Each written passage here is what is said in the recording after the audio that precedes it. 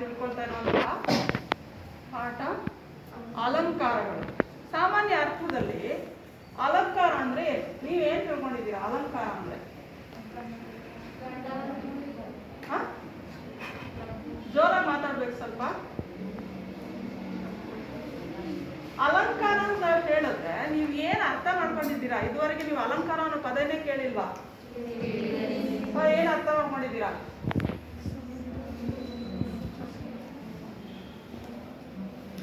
ಗೊತ್ತಿಲ್ಲ. ಹಾಗಾದ್ರೆ ನೀವು ಅಲಂಕಾರ ಮಾಡ್ಕೊಂಡೇ ಇಲ್ಲ. ಅಲಂಕಾರನೇ ಮಾಡ್ಕೊಂಡಿಲ್ಲ. ನೀವು ಮಾಡ್ಕೊಳ್ಳೋದೇ ಇಲ್ವಾ ಅಲಂಕಾರ?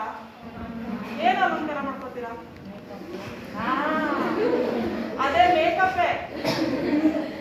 ಇಂಗ್ಲಿಷಲ್ಲಿ ಮೇಕಪ್ ಅಂತ ಹೇಳ್ತಿರಲ್ಲ, ಅದನ್ನೇ ಕನ್ನಡದಲ್ಲಿ ಅಲಂಕಾರ ಅಂತ ಹೇಳ್ಬೋದು.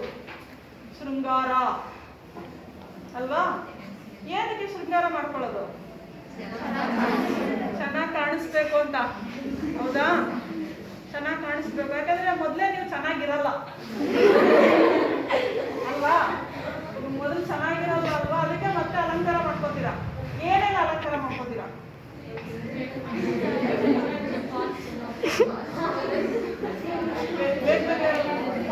ಒಬ್ಬೊಬ್ರಾಗಿ ಹೇಳಿದ್ರೆ ಚೆನ್ನಾಗಿರುತ್ತೆ. ಏನೇನು ಅಲಂಕಾರ ಮಾಡ್ಕೋತೀರಾ?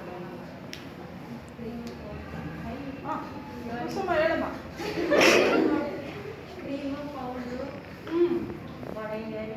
ಬಳೆ, ಕಿವಿ ಓಲೆ, ಹೇರ್ ಸ್ಟೈಲ್, ಕಟ್ಟಿಂಗು ಅಲ್ವಾ?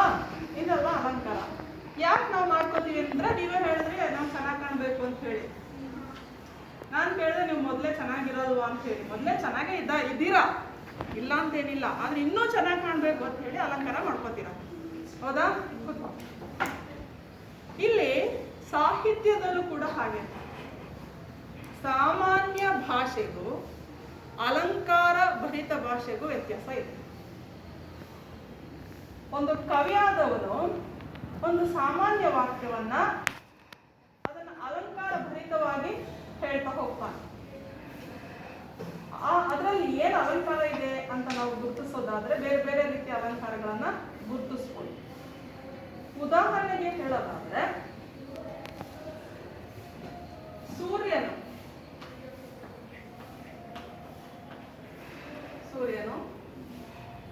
ಸುಮಂಗಲಿಯ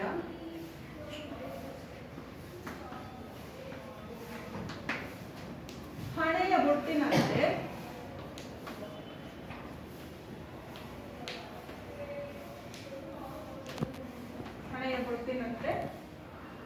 ಕಂಗೊಳಿಸಿದನು. ಇದು ಅಲಂಕಾರ ಭರಿತ ವಾಕ್ಯ.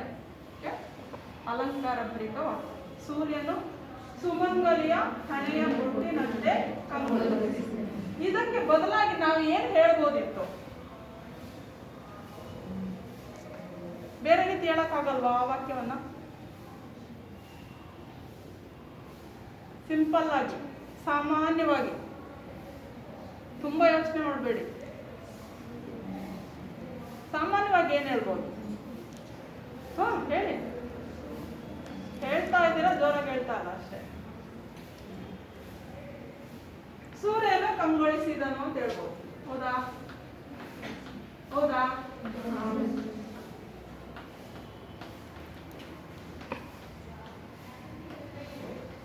ಇದು ಸಾಮಾನ್ಯ ವಾಕ್ಯ. ಇದನ್ನೇ ಕವಿ ಏನ್ ಮಾಡ್ತಾನೆ ನೋಡಿ, ಇಷ್ಟು ಪದಗಳನ್ನ ಉಪಯೋಗಿಸಿ ಅದನ್ನ ಅಲಂಕಾರ ಭರಿತವಾಗಿ ಮಾಡ್ತಾನೆ. ಸೂರ್ಯನು ಕಂಗೊಳಿಸಿದನು ಅಂತ ಹೇಳಿದ್ರೆ ನಮ್ಗೆ ಏನು ಅನ್ಸಲ್ಲ. ಸೂರ್ಯನ ಕಂಗೊಳಿಸಿದ, ಸೂರ್ಯ ಪ್ರಕಾಶಿಸ್ತಾ ಇದ್ದಾನೆ, ಅದಕ್ಕೆ ಸೂರ್ಯನ ಕಂಗೊಳಿಸಿದನು ಅಂತ ಹೇಳಿದ್ದಾನೆ.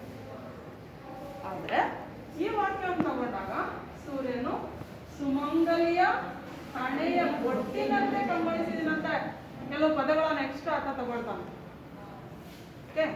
ಯಾಕೆ ಅಂತ ಹೇಳಿದ್ರೆ ಸೂರ್ಯನ ವಿಶೇಷತೆಯನ್ನ ಅಂತ ಹೇಳಬೇಕು. ಯಾರು?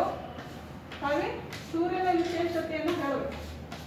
ಅತ್ಯಂತ ಎತ್ತರದಲ್ಲಿರುವ ಸೂರ್ಯ ಪ್ರಕಾಶಮಾನವಾಗಿ, ದುಂಡಾಗಿ, ಸುಂದರವಾಗಿ ಕಾಣಿಸ್ತಾ ಇದ್ದಾನೆ ಅಂತ ಹೇಳಕ್ಕೆ ಈ ಒಂದು ಮಾತಿನಲ್ಲಿ ಹೇಳಿದ್ರೆ ಅವನಿಗೆ ತೃಪ್ತಿ ಇಲ್ಲ ಕವಿಗೆ. ಅದಕ್ಕೆ ಆ ಒಂದು ವಸ್ತುವನ್ನು ಇನ್ನಷ್ಟು ನಾನು ಚೆನ್ನಾಗಿ ವರ್ಣನೆ ಮಾಡಬೇಕು ಅಂತ ಹೇಳಿ ಈ ಕೆಲವು ಪದಗಳನ್ನು ತಗೊಂಡು ವರ್ಣಿಸಿದ. ಯಾವುದಕ್ಕೆ ಹೋಲಿಸ್ಕೊಂಡಿದ್ದಾನೆ? ಸುಮಂಗಲಿಯ ಹಣೆಯ ಬೊಟ್ಟಿನಂತೆ. ಹಣೆಯ ಬೊಟ್ಟು, ಸುಮಂಗಲಿಯರು ಅಂದರೆ ಮದುವೆ ಮಾಡಿಕೊಂಡಂತಹ ಹೆಣ್ಣು ಮಕ್ಕಳು ಹಿಂದೂ ಸಂಪ್ರದಾಯದಲ್ಲಿ ಹಣೆಯ ಬೊಟ್ಟನ್ನು ಇಡುವುದು ಸಹಜ. ದುಂಡಾಗಿರುತ್ತೆ, ಅತ್ಯಂತ ಎತ್ತರ ಭಾಗದಲ್ಲಿ ಅದು ಇರುತ್ತೆ. ಶ್ರೇಷ್ಠವಾದ ಸ್ಥಾನ ಅದಕ್ಕೆ ಇದೆ. ಅದಕ್ಕೆ ಸೂರ್ಯನನ್ನು ಏನ್ ಮಾಡಿದ್ದಾನೆ ಕವಿ ಹಣೆಯ ಬೊಟ್ಟಿಗೆ ಹೋಲಿಸಿದ. ಅರ್ಥ ಆಗಿದೆಯಾ? ಒಂದು ಸಾಮಾನ್ಯ ವಾಕ್ಯಕ್ಕೂ ಅಲಂಕಾರ ಭರಿತ ವಾಕ್ಯಕ್ಕೂ ಇದೆ ವ್ಯತ್ಯಾಸ. ಇದನ್ನ ನಾವು ಅಲಂಕಾರ ಅಂತ ಹೇಳಿ ಹೇಳ್ಬೋದು. ಒಂದು ವಾಕ್ಯ ರೂಪದಲ್ಲಿ ಒಂದು ವ್ಯಾಖ್ಯಾನ ಹೇಳಬೇಕಂದ್ರೆ ಅಲಂಕಾರ ಅಂದ್ರೆ ಏನು ಅಂತ ಹೇಳಿದ್ರೆ ಕಾವ್ಯದ ಸೌಂದರ್ಯವನ್ನು ಹೆಚ್ಚಿಸುವ ಅಂಶವೇ ಅಲಂಕಾರ. ಕಾವ್ಯದ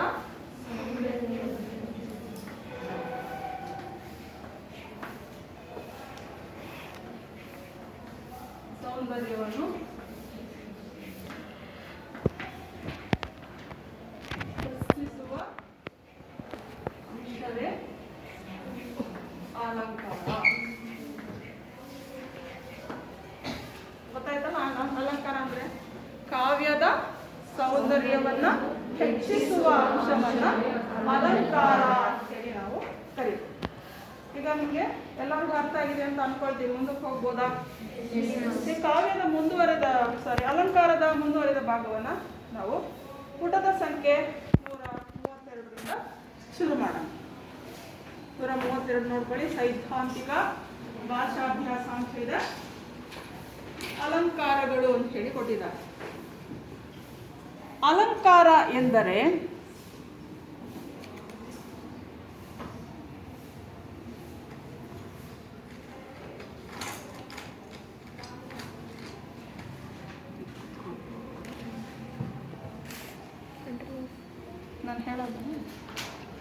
ಅಲಂಕಾರ ಎಂದರೆ ಸೌಂದರ್ಯವನ್ನ ಹೆಚ್ಚಿಸುವ ಸಾಧನ. ನಾನು ಇಲ್ಲಿ ಹೇಳ್ತೀನಿ ಸೌಂದರ್ಯವನ್ನ ಹೆಚ್ಚಿಸುವ ಅಂಶ ಅಂತ ಹೇಳ್ಬೋದು. ಅಂಡರ್ಲೈನ್ ಮಾಡ್ಕೊಳ್ಳಿ, ಅದನ್ನು ಅಡಿಗೆರೆ ಹಾಕೊಳ್ಳಿ. ಮಾನವ ತನ್ನ ದೇಹದ ಸೌಂದರ್ಯವನ್ನು ಹೆಚ್ಚಿಸಲು ಅಲಂಕಾರ ಮಾಡಿಕೊಳ್ಳುವಂತೆ ತಾನು ಆಡುವ ಮಾತಿಗೂ ಮಾತು ರಚಿಸುವ ಸಾಹಿತ್ಯಕ್ಕೂ ಅಲಂಕಾರ ಮಾಡುತ್ತಾನೆ. ಸಾಹಿತ್ಯ ಅಂದರೆ ಬರವಣಿಗೆ, ಮಾತು ಅಂದರೆ ನಾವು ಆಡುವಂತಹ ಮಾತು. ಕೆಲವರು ಮಾತಿನಲ್ಲೂ ತುಂಬ ಅಟ್ರಾಕ್ಟಿವ್ ಆಗಿ ಮಾತಾಡ್ತಾರೆ, ಅಲ್ಲೂ ಕೂಡ ಅಲಂಕಾರ ಇರುತ್ತೆ. ಆಕರ್ಷಣೀಯವಾಗಿ ಮಾತಾಡ್ತಾರೆ. ಅವ್ರು ಮಾತಾಡ್ತಾ ಇದ್ರೆ ಮತ್ತೆ ಮತ್ತೆ ಕೇಳಬೇಕು ಅಂತ ನಮ್ಗೆ ಅನಿಸುತ್ತೆ. ಅಲಂಕಾರ ಭರಿತವಾಗಿ ಮಾತಾಡ್ತಾರೆ. ಅದೇ ಥರ ಸಾಹಿತಿಗಳೇನು ಮಾಡ್ತಾರೆ? ಸಾಹಿತ್ಯದಲ್ಲಿ ಅಲಂಕಾರವನ್ನು ತುಂಬಿಸ್ತಾರೆ. ಉದಾಹರಣೆಗೆ ಪೂರ್ವ ದಿಕ್ಕಿನಲ್ಲಿ ಸೂರ್ಯ ಮೂಡಿದನು ಎಂದು ಹೇಳುವ ಬದಲಿಗೆ ಪೂರ್ವ ದಿಕ್ಕಿನಲ್ಲಿ ಮೂಡಿದ ಸೂರ್ಯನು ಮುತ್ತೈದೆಯ ಹಣೆಯಲ್ಲಿರುವ ಕುಂಕುಮದಂತೆ ಕಂಡನು. ಇವಾಗ ನಾನೇನು ನಿಮಗೆ ಬೋರ್ಡಲ್ಲಿ ಹೇಳಿ ತೋರಿಸಿದ್ದೀನಿ ಅದನ್ನೇ ಅಲ್ಲಿ ವಿವರಿಸಲಾಗಿದೆ. ಅಲಂಕಾರದಲ್ಲಿ ನಾವು ಮುಖ್ಯವಾಗಿ 2 ವಿಧಗಳನ್ನು ಗುರುತಿಸ್ತೀವಿ. ಅಲಂಕಾರದಲ್ಲಿ ಮುಖ್ಯವಾಗಿ ಎಷ್ಟು ವಿಧಗಳನ್ನು ಗುರುತಿಸ್ತೀವಿ? ಯಾವ್ಯಾವುದು? ಶಬ್ದಾಲಂಕಾರ ಮತ್ತು ಅರ್ಥಾಲಂಕಾರ.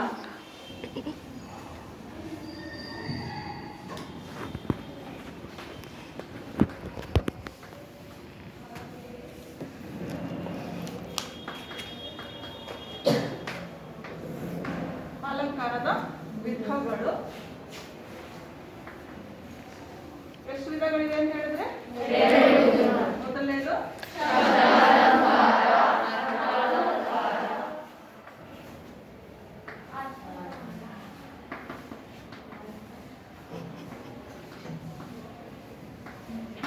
ಅರ್ಥಾಲಂಕಾರ. ಮುಖ್ಯವಾಗಿ 2 ವಿಧಗಳನ್ನು ಗುರುತಿಸ್ತೀವಿ. ಅದರಲ್ಲಿ ಶಬ್ದಾಲಂಕಾರದಲ್ಲಿ ನಾವು 3 ವಿಧಗಳನ್ನು ಗುರುತಿಸ್ಬೋದು. ಪ್ರಾಸಗಳು, ಮೊದಲನೇ ವಿಧ ಪ್ರಾಸಗಳು. ಎರಡನೇ ವಿಧ ಯಮಕ ಅಲಂಕಾರ ಅಂತ ಕರಿತೀವಿ. ಮೂರನೇ ವಿಧ ಚಿತ್ರಕಲೆ.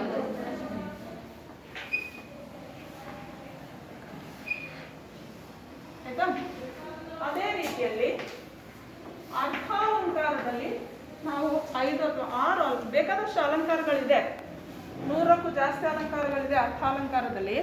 ಆದರೆ ನಮಗೆ ಕಲೀಲಿಕ್ಕಿರೋದು 5 ಅಥವಾ 6 ಅಲಂಕಾರಗಳನ್ನು ಕಲಿಬೇಕಾಗುತ್ತೆ.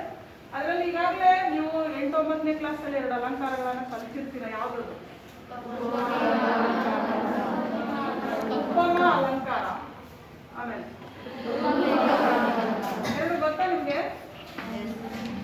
ಗೊತ್ತಾ 2 ಅಲಂಕಾರಗಳು? ಎಷ್ಟು ಜನಕ್ಕೆ ಗೊತ್ತು? ಕೈ ಮೇಲೆ ನಂಗೆ ಕ್ಲಿಯರ್ ಆಗಿ ಗೊತ್ತು. ಉಪಮಾ ಅಲಂಕಾರ ಅಂದ್ರೆ ಏನು ನನಗೆ ಚೆನ್ನಾಗಿ ಗೊತ್ತು ಅನ್ನೋರು ಕೈ ಮೇಲೆ. ವರ್ಷನಿಗೆ ಗೊತ್ತು? ಶಗನಗೆ ಗೊತ್ತು. ರೂಪಕ ಅಲಂಕಾರ ನನಗೆ ಗೊತ್ತು ಅನ್ನೋರು ಯಾರಿಗೂ ಗೊತ್ತಿಲ್ಲ? ಯಾರಿಗೂ ಗೊತ್ತಿಲ್ಲ ರೂಪಕ ಅಲಂಕಾರ. ಸರಿ, ವರ್ಷಿನಿ ಹೇಳಮ್ಮ, ಉಪಮಾ ಅಲಂಕಾರ ಅಂದ್ರೆ ಏನು? ಅದರಲ್ಲಿ ಉಪಮಾನ, ಉಪಮೇಯ ಮತ್ತು ಸಾಧನ ಧರ್ಮ ಎಲ್ಲ ಬರುತ್ತೆ. ಅಲ್ಲ, ನನಗೆ ಒಂದು ವಾಕ್ಯದಲ್ಲಿ ಉಪಮಾ ಅಲಂಕಾರ ಅಂದ್ರೆ ಏನು ಅಂತ ಹೇಳ್ಬೇಕು ಅಷ್ಟೇ. ಬರುತ್ತೆ, ಓಕೆ, ಭಾಗಗಳು ಬರ್ತಾ ಇದೆ, ಹೇಳ್ತಾ ಇದೆಯಾ? ವ್ಯಾಖ್ಯಾನ, ಡೆಫಿನೇಷನ್ ಗೊತ್ತಾಗ್ತಾ ಇಲ್ಲ. ನೀನು ಹೇಳ್ತೀಯಮ್ಮ? ಉಪಮಾ ಅಲಂಕಾರ ಅಂದ್ರೆ ಏನು ಹೇಳಕ್ಕಾಗುತ್ತಾ? ಪ್ರಯತ್ನ ಮಾಡು. ಒಂದು ಸೆಂಟೆನ್ಸ್ ಅಲ್ಲಿ, ಒಂದು ವಾಕ್ಯದಲ್ಲಿ ಆ ವಾಕ್ಯವನ್ನು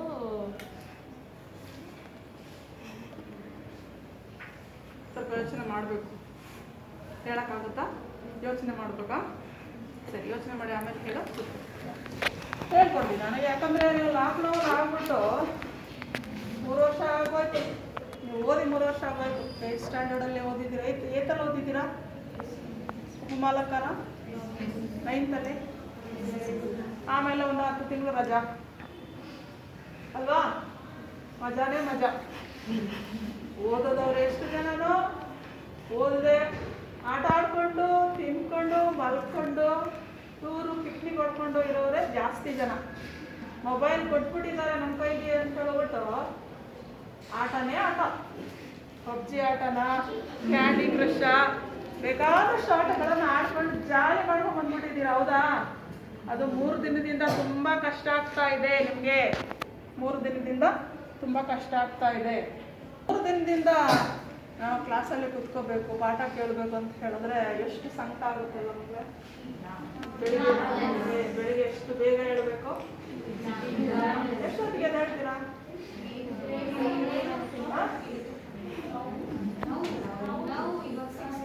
ಇವಾಗ 6:30. ಆಗ 8 ಗಂಟೆ. ನಿಜಾನೇ ಹೇಳ್ತಾ ಇದ್ದೀರಾ? ಎ ಸೆಕ್ಷನ್ ಅಲ್ಲಿ ಒಬ್ಳು ಹೇಳ್ತಾ ಇದ್ರು, 8 ಗಂಟೆಗೆ ಎದ್ದೇಳ್ತೀನಿ ಮಿಸ್, ಟಾಯ್ಲೆಟ್ಗೆ ಹೋಗ್ಬಿಟ್ಟು ಬಂದ್ಬಿಟ್ಟು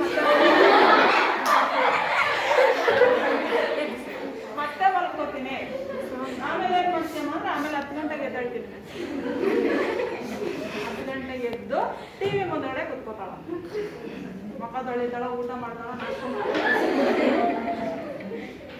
ಅಲ್ವಾ? ಎಲ್ಲ ಪಾಪ ಮರ್ತು ಬಿಟ್ಟಿದ್ದೀರಾ. 8-10 ತಿಂಗಳಿಂದ ಆ ಥರ ಎಲ್ಲ ಮಾಡಿಕೊಂಡು ಎಲ್ಲ ಸುಮಾರು ವಿಷಯಗಳು ಮರ್ತೋಗಿದೆ. ಕಷ್ಟಪಡೋ ಮಕ್ಕಳು ಮಾಡ್ತಾ ಇದ್ದಾರೆ, ಇಲ್ಲ ಅಂತಲ್ಲ. ಆದರೆ ಮುಕ್ಕಾಲು ಹೋಗಿದಷ್ಟು ಮಕ್ಕಳು ಓದೋದ್ರಲ್ಲಿ ಸ್ವಲ್ಪ ಹಿಂದೆ ಹೋಗ್ಬಿಟ್ಟಿದ್ದೀರಾ. ಯಾಕೆ ಓದಿ ಯಾರು ಉದ್ಧಾರ ಆಗಬೇಕು? ಹೆಂಗಿದ್ರು 9th ಸ್ಟ್ಯಾಂಡರ್ಡಲ್ಲಿ ಯಾರು ಪ್ರಮೋಷನ್ ಮಾಡಿಬಿಟ್ಟಿದ್ದಾರೆ. ಹೌದಾ ಅಲ್ವಾ? ಈ ವರ್ಷನೂ ಹಂಗೆ ಏನಾದರೂ ಅಂತ ಯೋಚನೆ ಮಾಡ್ತಾ ಇರ್ಬೋದು. ಆ ಥರ ಮಾತ್ರ ಯೋಚನೆ ಮಾಡಬೇಡಿ ದಯವಿಟ್ಟು. ಖಂಡಿತವಾಗ್ಲೂ ನಿಮಗೆ ಪರೀಕ್ಷೆ ಇದೆ. ಪರೀಕ್ಷೆಯನ್ನು ಸ್ಟ್ರಿಕ್ಟಾಗಿ ವ್ಯಾಲ್ಯೂಯೇಷನ್ ಮಾಡ್ತಾರೆ, ಫ್ರೀಯಾಗಿ ವ್ಯಾಲ್ಯೂಯೇಷನ್ ಮಾಡಿ ಬೇಕಾದಂಗೆ ಮಾರ್ಕ್ಸ್ ಕೊಡ್ತಾರೆ ಅಂತಲೂ ಅನ್ಕೋಬೇಡಿ ನೀವು. ಓಕೆ, ಮನಸ್ಸಲ್ಲಿ ಇಟ್ಕೊಳ್ಳಿ. ಓಕೆ, ಇದುವರೆಗೆ ನೀವು ಮರ್ತಿರೋದನ್ನು ಮತ್ತೆ ನಾವು ನೆನಪಿಸ್ಕೊಳ್ಳೋಣ. ಉಪಮಾ ಅಲಂಕಾರ, ರೂಪಕ ಅಲಂಕಾರ ಎಲ್ಲವನ್ನು ನೆನಪಿಸ್ಕೊಳ್ಳೋಣ. ಅಲ್ಲಿ ಅರ್ಥ ಅಲಂಕಾರದ ವಿಧಗಳನ್ನು ಹೇಳ್ತಾ ಇದ್ದೀನಿ ನಿಮಗೆ. ಉಪಮ, ರೂಪಕ, 3ನೇದು ದೃಷ್ಟಾಂತ, 4ನೇದು ಅರ್ಥಾಂತರ್ನ್ಯಾಸ ಅಲಂಕಾರ.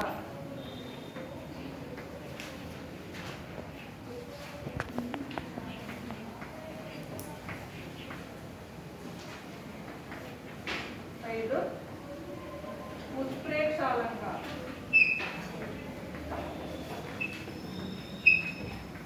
6 ಶ್ಲೇಷಾಲಂಕಾರ.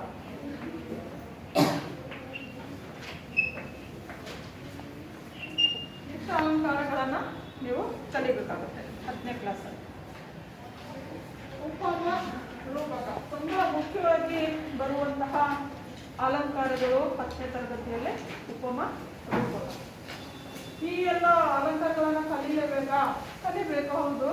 ಆದರೆ ಇದರಲ್ಲಿ 1 ಮಾರ್ಕ್ಸ್ಗೋ ಅಥವಾ ಅಬ್ಜೆಕ್ಟಿವ್ ಟೈಪ್ ಕ್ವಶನ್ಸ್ ಏನಿದೆ ಆರಿಸಿ ಬರೀರಿ. ಅದಕ್ಕೆ 1 ಮಾರ್ಕ್ಸ್ ಕೇಳ್ತಾರೆ. ಹಾಗಾಗಿ ಎಲ್ಲ ವಿಷಯಗಳನ್ನು ನೀವು ಕಲೀಲೇಬೇಕು. ಇಲ್ಲಿ ಮಾತ್ರ ನಾವು ಅಲಂಕಾರವನ್ನು ನೀವು ಹೆಸರಿಸಿ ಸಮನ್ವಯಗೊಳಿಸಿ ಅಂತ ಏನು ಕೇಳ್ತಾರೆ 3 ಮಾರ್ಕ್ಸ್ಗೆ ನೀವು ಆನ್ಸರ್ ಮಾಡಬೇಕು.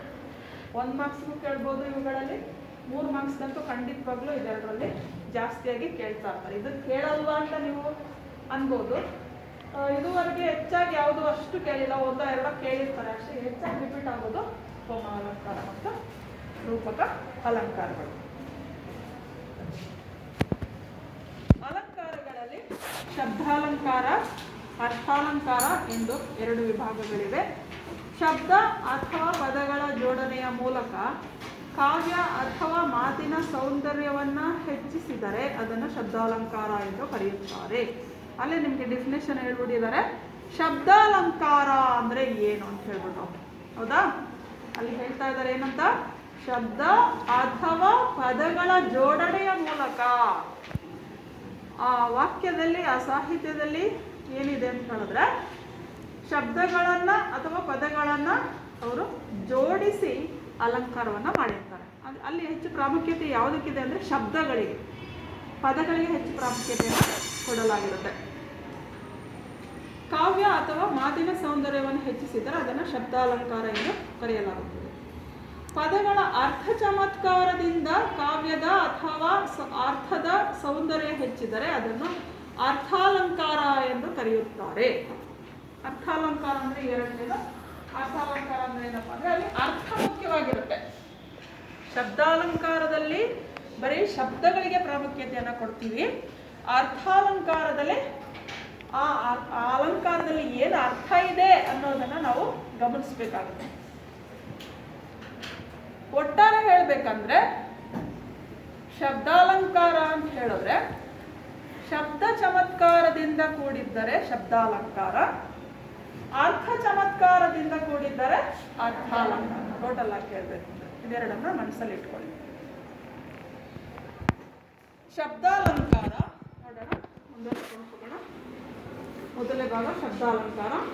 ಇದರಲ್ಲಿ ಅನುಪ್ರಾಸ, ಯಮಕ ಮತ್ತು ಚಿತ್ರಕವಿತ್ವ ಎಂದು 3 ವಿಭಾಗಗಳಿವೆ.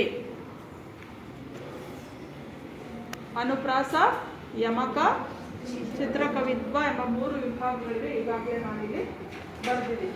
ಇಲ್ಲಿ ನಾನು ಪ್ರಾಸಗಳನ್ನು ಕೊಟ್ಟಿದ್ದೀನಿ, ಅಲ್ಲಿ ಅನುಪ್ರಾಸ ಅಂತ ಕೊಟ್ಟಿದ್ದಾರೆ. ಅನುಪ್ರಾಸ ಅಂತ ಬೇಕಾದ್ರೆ ನೀವು ಮಾಡ್ಬೋದು. ಅನುಪ್ರಾಸವನ್ನ ವೃತ್ಯಾನುಪ್ರಾಸ, ಛೇಖಾನುಪ್ರಾಸ ಎಂಬುದಾಗಿ ಮತ್ತೆ ವಿಭಾಗಿಸಲಾಗಿದೆ. ಅನುಪ್ರಾಸವನ್ನ 2 ಭಾಗ ಮಾಡಿದರೆ, ಒಂದು ವೃತ್ಯಾನುಪ್ರಾಸ,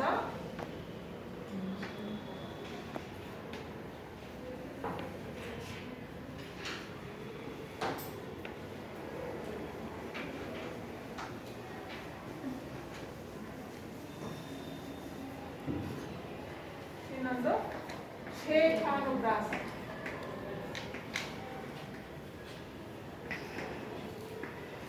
ಪ್ರಾಸದಲ್ಲಿ, ಅನುಪ್ರಾಸದಲ್ಲಿ ಎಷ್ಟು ವಿಧಗಳಿವೆ? ವೃತ್ಯಾನುಪ್ರಾಸ ಮತ್ತು ಛೇಖಾನುಪ್ರಾಸ. ವೃತ್ಯಾನುಪ್ರಾಸ ಅಂದ್ರೇನು, ಛೇಖಾನುಪ್ರಾಸ ಅಂದ್ರೇನು ನೋಡೋಣ. ವೃತ್ಯಾನುಪ್ರಾಸ ಅಂತ ಹೇಳಿದ್ರೆ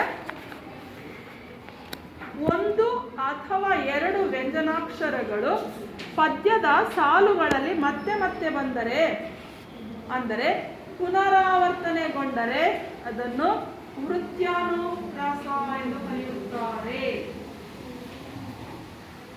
1 ಅಥವಾ 2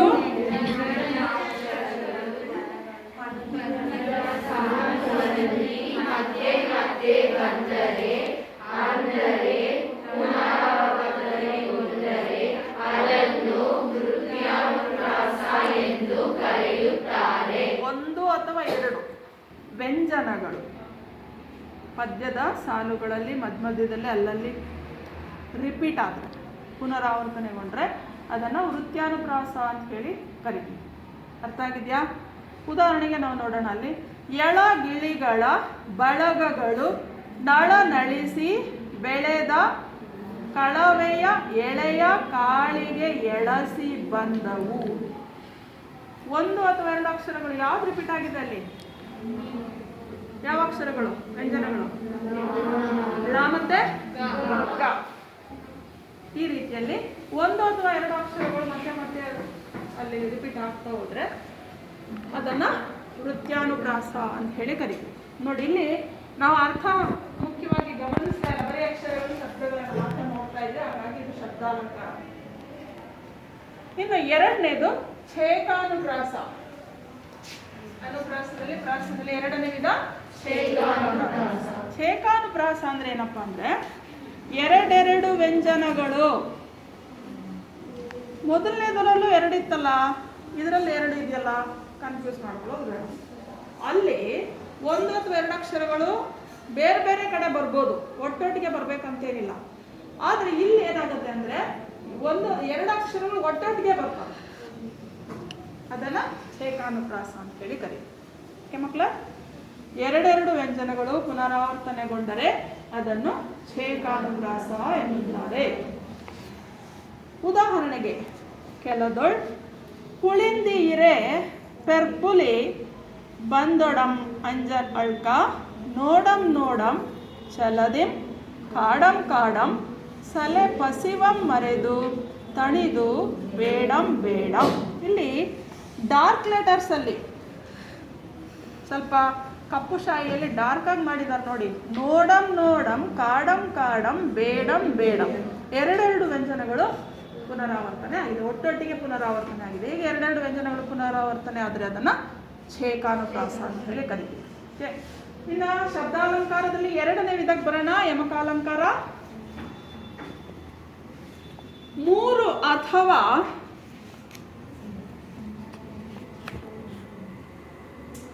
ಅದಕ್ಕಿಂತ ಹೆಚ್ಚು ಅಕ್ಷರಗಳೆಲ್ಲ ಪದಗಳಾಗಲಿ ಪದ ಭಾಗವಾಗಲಿ ಒಂದು ಪದ್ಯದ ಆದಿ ಮಧ್ಯ ಅಥವಾ ಅಂತ್ಯದಲ್ಲಿ ನಿಯತವಾಗಿ ಪುನಃ ಪುನಃ ಬಂದರೆ ಅದನ್ನ ಯಮಕಾಲಂಕಾರ ಎಂದು ಕರೆಯುವರು. ಆದಿಪ್ರಾಸ, ಮಧ್ಯಪ್ರಾಸ, ಅಂತ್ಯಪ್ರಾಸ ಅಂತ ಕೇಳಿದಿರಲ್ಲ. ಇಲ್ಲೇನಾಗಿದೆ, ಮೂರು ಅಥವಾ ಮೂರಕ್ಕಿಂತ ಹೆಚ್ಚು ವ್ಯಂಜನಗಳು, ಒಂದು ಅಥವಾ ಎರಡು ಅಲ್ಲಲ್ಲಿ ರಿಪೀಟ್ ಆದರೆ ವೃತ್ಯಾನುಪ್ರಾಸ, ಎರಡೆರಡು ವ್ಯಂಜನಗಳು ಒಟ್ಟೊಟ್ಟಿಗೆ ಬಂದರೆ ಛೇಕಾನುಪ್ರಾಸ, ಮೂರಕ್ಕಿಂತ ಹೆಚ್ಚು ವ್ಯಂಜನಗಳು ಪದ್ಯದ ಮೊದಲ ಸಾಲಿನ ಮೊದಲ ಭಾಗದಲ್ಲಿ ಅಥವಾ ಮಧ್ಯ ಭಾಗದಲ್ಲಿ ಅಥವಾ ಕೊನೆಯಲ್ಲಿ ನಿಯತವಾಗಿ ಅಂದರೆ ಕ್ರಮವಾಗಿ ಬಂದರೆ ಅದನ್ನು ನಾವೇನಂತ ಕರಿತೀವಿ? ಯಮಕಾಲಂಕಾರ ಅಂತ ಹೇಳಿ ಕರಿತೀವಿ.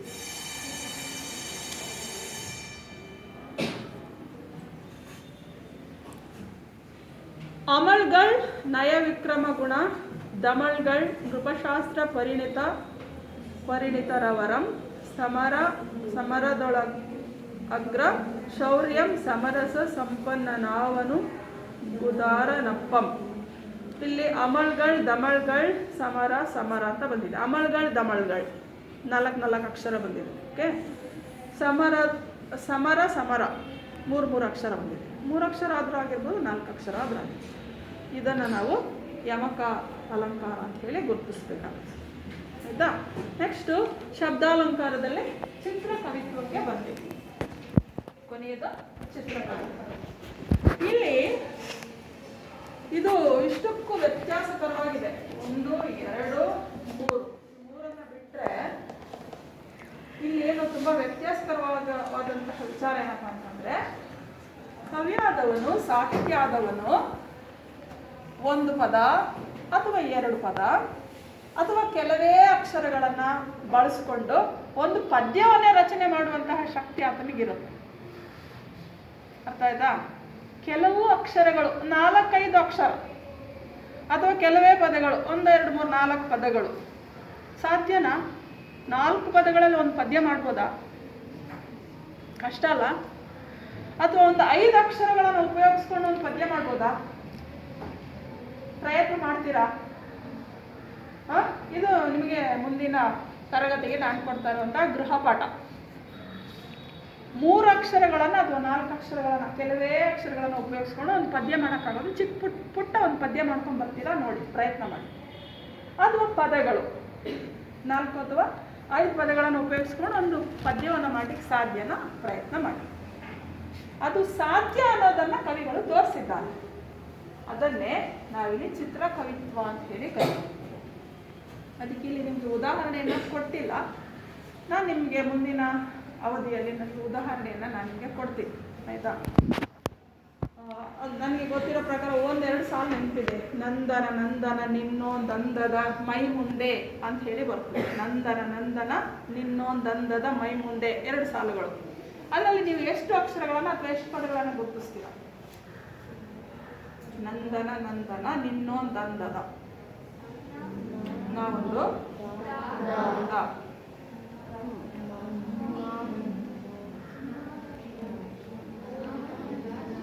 ನಂದನ ನಂದನ ನಿನ್ನೊಂದಂದದ ಮೈ ಮುಂದೆ. ಇನ್ನೊಂದೆರಡು ಅಕ್ಷರ ಸೇರ್ಕೊಂಡು 4 ಅಕ್ಷರ ಆಯ್ತಾ? ನ ದ ಮ. 2 ಸಾಲಲ್ಲಿ ಎಷ್ಟು ಅಕ್ಷರ ಬಂತು? 4 ಅಕ್ಷರಗಳು. ಅಂದರೆ ಅವನು ಬಳಸಿರೋ ಪೂರ್ತಿ 4 ಸಾಲುಗಳಿಗೂ ಕೂಡ 4 ಅಕ್ಷರಗಳನ್ನು ಬಳಸಿ ಪದ್ಯವನ್ನು ಮಾಡಿ. ಇದನ್ನು ನಾವು ಚಿತ್ರಕವಿತ್ವ ಅಂತ ಹೇಳಿ ಕರೀತೀವಿ. ಕೆಲವೇ ಅಕ್ಷರಗಳು ಅಥವಾ ಕೆಲವೇ ಪದಗಳು, ಆಯ್ತಾ ಮಕ್ಕಳ? ಚಿತ್ರಕವಿತ್ವದಲ್ಲಿ ಪ್ರೌಢ ಕವಿಗಳು ತಮ್ಮ ಬುದ್ಧಿ ಕೌಶಲ್ಯದಿಂದ ವೈಚಿತ್ರ್ಯಪೂರ್ಣವಾಗಿ ಅಕ್ಷರಗಳನ್ನು ಪದಗಳನ್ನು ಜೋಡಿಸಿ ಪದ್ಯ ರಚಿಸಿರುತ್ತಾರೆ. ಅಕ್ಷರಗಳನ್ನು ಪದಗಳನ್ನು ಜೋಡಿಸಿ ಪದ್ಯ ರಚಿಸಿರುತ್ತಾರೆ. ಇದಕ್ಕೆ ಚಿತ್ರಕವಿತ್ವ ಅಂತಲೂ ಕರಿಬೋದು ಅಥವಾ ಬಂಧ ಅಂತಲೂ ಕೂಡ ಕರಿಬೋದು. ಇದಕ್ಕಿರೋ ಮತ್ತೊಂದು ಹೆಸರು ಬಂಧ.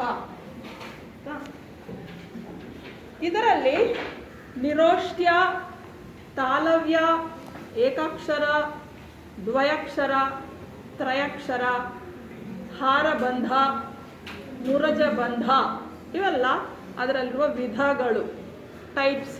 ಚಿತ್ರಕವಿತ್ವದಲ್ಲಿ ಇರುವಂತಹ ವಿಧಗಳು ನಿರೋಷ್ಟ್ಯ, ತಾಲವ್ಯ, ಏಕಾಕ್ಷರ, ದ್ವಯಾಕ್ಷರ, ತ್ರಯಾಕ್ಷರ. 1 ಅಕ್ಷರದಲ್ಲೇ ಪದ್ಯವನ್ನು ಮಾಡ್ಬೋದು, 2 ಅಕ್ಷರದಲ್ಲೇ ಪದ್ಯವನ್ನು ಮಾಡ್ಬೋದು, ಅಥವಾ 3 ಅಕ್ಷರದಲ್ಲೇ ಪದ್ಯವನ್ನು ಮಾಡ್ಬೋದು.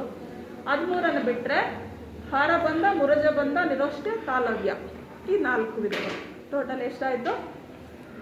7 ವಿಧಗಳು. ಚಿತ್ರಕವಿತ್ವದಲ್ಲಿ ಎಷ್ಟು ವಿಧಗಳಾಯಿತು? 7 ವಿಧಗಳನ್ನು ಗುರುತಿಸ್ತೀವಿ. ಇದಿಷ್ಟು ನೀವು ಇವತ್ತು ಕಲ್ತ್ಕೊಂಡಿರುವ ಅಲಂಕಾರಗಳಿಗೆ ಸಂಬಂಧಪಟ್ಟಂತಹ ವಿಚಾರಗಳು. ಅಲಂಕಾರ ಅಂದರೆ ಏನು? ಅಲಂಕಾರದ ವಿಧಗಳು. ಅಲಂಕಾರದ ವಿಧಗಳಲ್ಲಿ ಶಬ್ದಾಲಂಕಾರಗಳ ಬಗ್ಗೆ ಅಷ್ಟು ತಿಳ್ಕೊಂಡಿರ್ತೀರ. ಅರ್ಥ ಆಗಿದೆಯಾ? ಅರ್ಥ